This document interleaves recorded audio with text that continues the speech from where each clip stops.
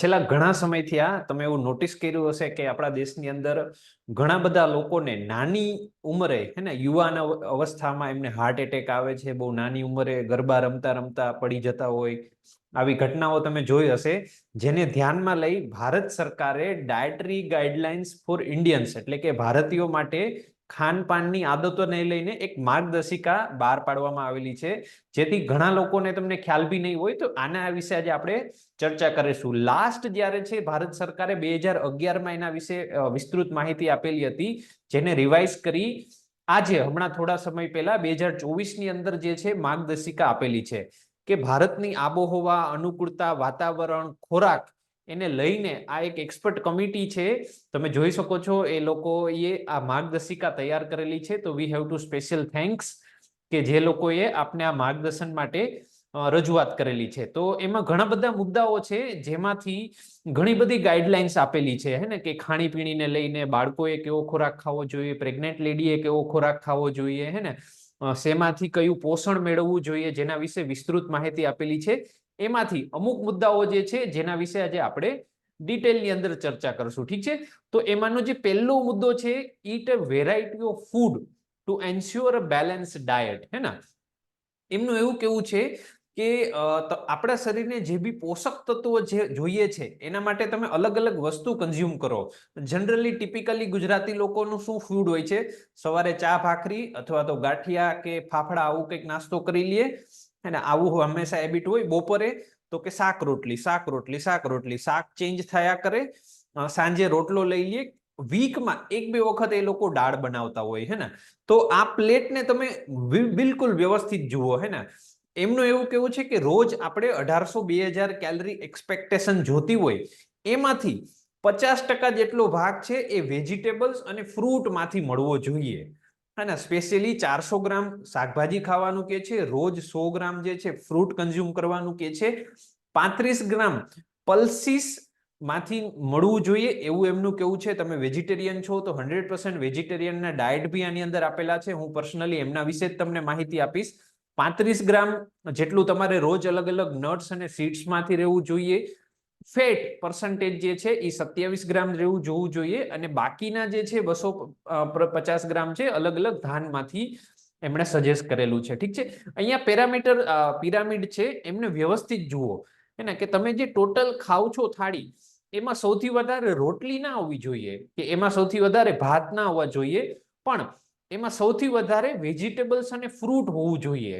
ત્યાર પછી જે સેકન્ડ વસ્તુ આવે છે એ અલગ અલગ ધાન હોવા જોઈએ. ત્યાર પછી ધીરે ધીરે ધીરે જે છે ચીઝ, ફેટ, આ બધી વસ્તુ બહુ લિમિટેડ હોવી જોઈએ. પણ અત્યારે ઉલટું થઈ ગયું છે. દરેક વસ્તુમાં લોકો ચીઝ નાખે છે, સોલ્ટ વધારે નાખે છે, ઓઇલ વધારે ખાય, ડીપ ફ્રાય વધારે ખાય છે. તો તમારે જોવાનું છે કે તમારી આઈડિયલી જે થાળી છે એમાં સૌથી વધારે ભાગ શેનો છે. ઠીક છે, બીજી એક ગાઈડલાઇન્સ 9 નંબરની એવી સજેસ્ટ કરી છે કે ઓબેસિટીથી બચવા માટે વધારે વજન ના શરીરમાં થઈ જાય એનાથી બચવા માટે તમારે હેલ્ધી લાઈફસ્ટાઈલ એડોપ્ટ કરવી જોઈએ. તો હેલ્ધી લાઈફસ્ટાઈલની અંદર એમણે ઘણી બધી વસ્તુ પ્રોવિઝન્સ સૂચવેલા છે કે ડેઈલી એક્સરસાઇઝ વગેરે કરવું જોઈએ, ફાસ્ટ ફૂડ વગેરે જે છે અવોઇડ કરવાનું કે છે, પ્રોસેસ ફૂડને અવોઇડ કરવાનું કે છે, મેડિટેશન વિશે ગાઈડલાઇન્સ આપેલી છે.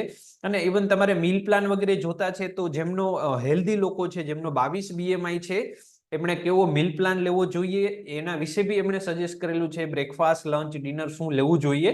તો તમે એક્સપેક્ટ કરો કે ભારત સરકાર જે ગાઈડલાઇન્સ આપે છે એમને સિમિલર તમે ફૂડ વગેરે લઈ શકો. ફિમેલ માટે બી સ્પેશિયલી સજેસ્ટ કરેલું છે. બાળકના ગ્રોથ એન્ડ ડેવલપ માટે એજને હિસાબે એમણે શું શું મીલ લેવા જવું જોઈએ આવું ગાઈડલાઇન્સની અંદર સજેસ્ટ કરેલું છે.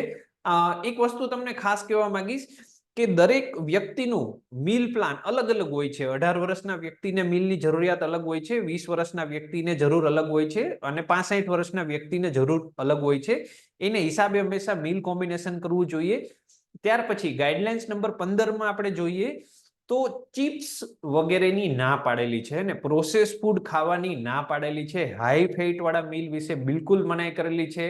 અત્યારે મેંગોની સિઝન ચાલે છે, આપણે સાદા ગણિત માટે સમજીએ કે તમે એમનેમ પાકેલી કેરી ખાઓ અને એમાંથી જે સુગર મળવાનું છે, એમાંથી જે કચરો મળવાનું છે, કમ્પેર કરો કે તમે એનો રસ બનાવો તો આપણે એમાં ગોળ એડ કરશું, ખાંડ એડ કરશું, દૂધ એડ કરશું, હવે એનાથી એક સ્ટેપ વધુ પ્રોસેસ કરશું તો જ્યુસ વગેરે મળે, હે ને, ફ્રૂટી વગેરે મળે.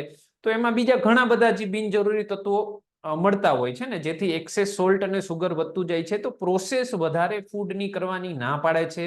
એના ચિપ્સ વગેરે, ફાસ્ટ ફૂડ વગેરે ખાવાની બિલકુલ મનાઈ કરવામાં આવેલી છે.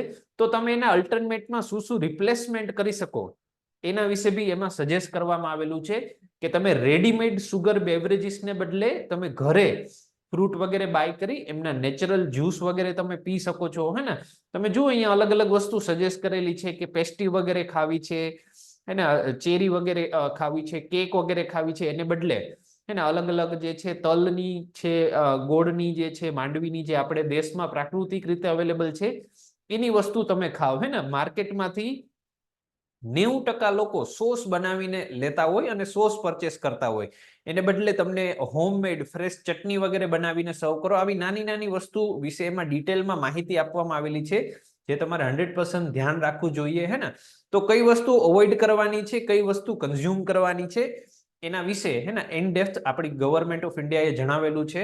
ત્યાર પછી એક વિશેષ માહિતી ઉપર બી ધ્યાન દોરવામાં આવ્યું છે કે તમે કઈ પણ વસ્તુ ખરીદો એના તો તમે હેબિટ રાખો કે એમની અંદર આપેલા ન્યુટ્રિશન ફેક્ટને તમે વાંચશો. એના કાજુ બિસ્કિટ આવે છે જેમાં કાજુ ખાલી 0.5% હોય. એના ચીઝ બિસ્કિટ આવે છે તો ચીઝ બિસ્કિટનો કોઈ મતલબ નથી. હે ને, તો તમે જુઓ કે મિનિમમ 3 થી 4 ગ્રામ એમાં ફાઈબર હોવું જોઈએ, 10 થી 15 ગ્રામ પ્રોટીન હોવું જોઈએ. એમાં જુઓ કે જે ખરેખર ક્લેમ કરેલું છે એ વસ્તુ અંદર છે કે નથી. FSSAI નો લોગો છે કે નહીં, આવા ઘણા બધા માર્કો વિશે સજેસ્ટ કરેલું છે. ISO સર્ટિફાઈડ છે, વેજીટેરિયન ફૂડ છે, વેગન ફૂડ છે.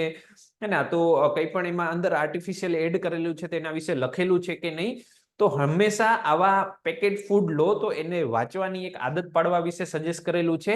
ખાલી સાદું પેકિંગ વાળું ફૂડ જે છે, રેડી ફૂડ ખાવાની ના પાડવામાં આવેલી છે. હે ને, તો આવી ઘણી બધી જે છે ટોટલ વિસ્તૃતમાં ગાઈડલાઇન્સ આપેલી છે. આ બધા દિગ્ગજ ડોક્ટરોની ટીમ છે. તો આપણે એમને થેન્ક યુ કરશું, એમને આપણે ક્રેડિટ આપશું કે જેમણે આ વસ્તુ આપણા ભારતીયો માટે સ્પેશિયલી ડિઝાઇન કરેલી છે. Thank you.